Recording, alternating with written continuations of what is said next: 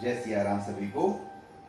क्या आपको ज्ञान है कि वो कौन कौन से ऋषि थे जो महाराज त्रिशंकु के यज्ञ में, जो कि महर्षि विश्वामित्र करवा रहे थे, शामिल नहीं हुए और उसमें शामिल ना होने की वजह से उनका क्या असर हुआ? आइए यह जानने के लिए सुनते हैं आज की कहानी। आज हम आपको वाल्मीकि रामायण के बालकांड के अध्याय 59 की कहानी सुनाएंगे। तो जब महाराज त्रिशंकु चंडाल बन गए और वो महर्षि विश्वामित्र के पास गए अपने यज्ञ का आग्रह लेकर, तो महर्षि विश्वामित्र ने बोलते हैं कि मैं निश्चय ही तुम्हारे लिए यज्ञ करूंगा। मेरे द्वारा यज्ञ किए जाने पर आप सशरीर इस चंडाल के रूप में ही स्वर्ग लोक हो जाएंगे।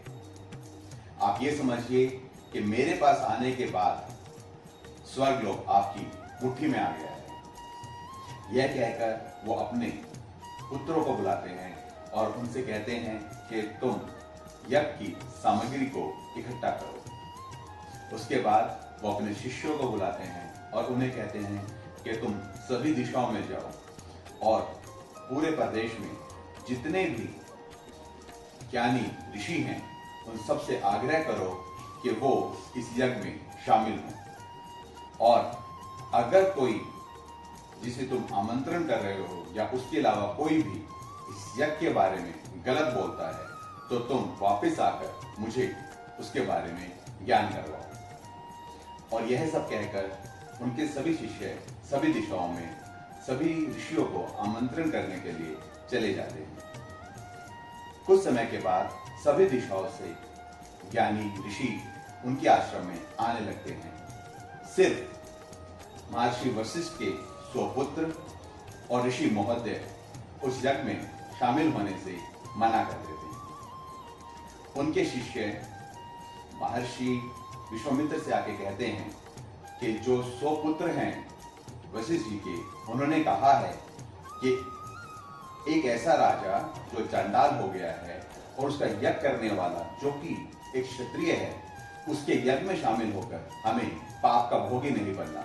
उसके यज्ञ में शामिल होने से जो भी ब्राह्मण उसमें शामिल होंगे वो निश्चय ही कभी भी स्वर्ग लोक नहीं जा पाएंगे। यह सब सुनकर विश्वामित्र जी को बहुत क्रोध आया, इतना क्रोध कि उनकी आंखें लाल हो गई और उस क्रोध में उन्होंने वशिष्ठ जी के सभी पुत्रों को श्राप दे दिया कि वो इसी समय राख में तब्दील हो जाएंगे और वो 700 जन्मों तक मूषक नामक चंडाल जाति में जन्म लेंगे, जो कि मुर्दों की रखवाली करते हैं और जो कुत्ते का मांस खाते हैं। और जो ऋषि महोदय ने इस यज्ञ में शामिल होने से मना किया है वो हमेशा के लिए निषाद जाति, जो कि हमेशा हिंसा करती रहती है, उसमें जन्म लेंगे।